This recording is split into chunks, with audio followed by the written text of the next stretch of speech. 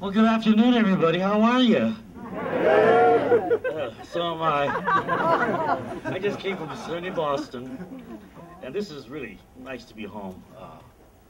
Every time we land in this Bay Area, I just feel like I take a deep sigh of, kind of relief, or just like, oh, it's like getting in your own bed.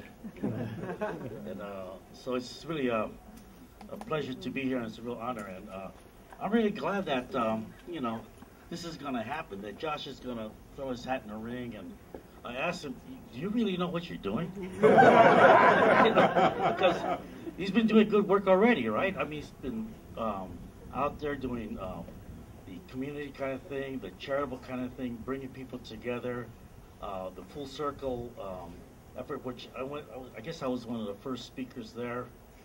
And so this afternoon we bring it to full circle again. And he, on my campaign, was part of our internal sushi group. You heard a kitchen cabinet? This is a little bit more intimate. We're bound together by sushi and nori and seaweeds and stuff like that. But he was my mentor and the person that tutored me on issues on high tech, the language, and how to listen and how to view things. And innovation is a word that we kick around a lot, like global warming.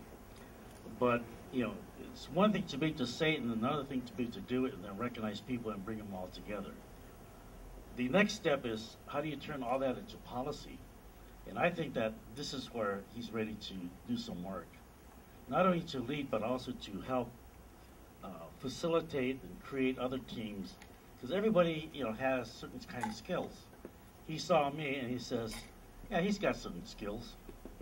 He's got a lot of skills to sharpen up on, but he moved me along, and I was a good student and he's a good teacher.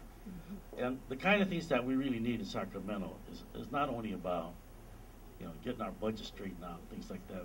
Those are the obvious things, but people who understand how to look at education and its processes, not to be sucked into all the glitter and some of the ideas that people say, well, this is going to work. You'll have a much larger global understanding of what really innovation education really means, and have it applied across the board. I know that he was able to put a good team together. If you look at this group, it's a very mixed group.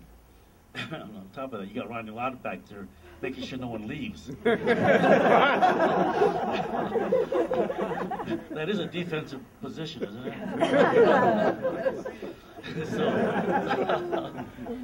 And all of us have a to-go person. And as I was going through my own career, Josh was the person that I would go to and sit down and talk to on a lot of issues, not only just tech, but things that happen to overseas, diplomatic issues. And so I think that California really is waiting for somebody like him to come along and to move our state again forward and have it realize the kind of potential that it really has. And that it's not just rhetoric that many politicians have learned to mouth, but that he knows how to do that. And all of us know that because he's already shown those skill sets.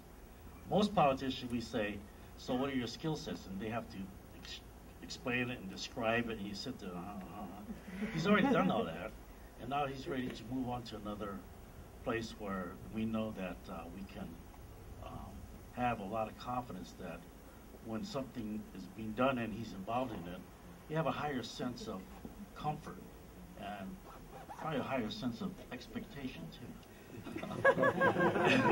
So having said that, I think that the kind of expectation we do have is already there in his being.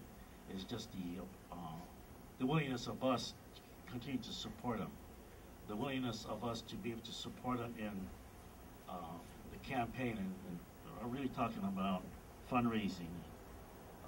And I already asked him, how much do you need to run? And he told me. I said, oh, simple. The good news and bad news. The good news is that you already got the money right here. The bad news is still in your wallet. So,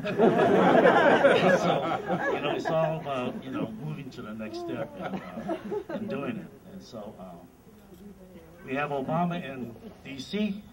Let's put Josh Becker in Sacramento, and let's bring him up and have him chat with us.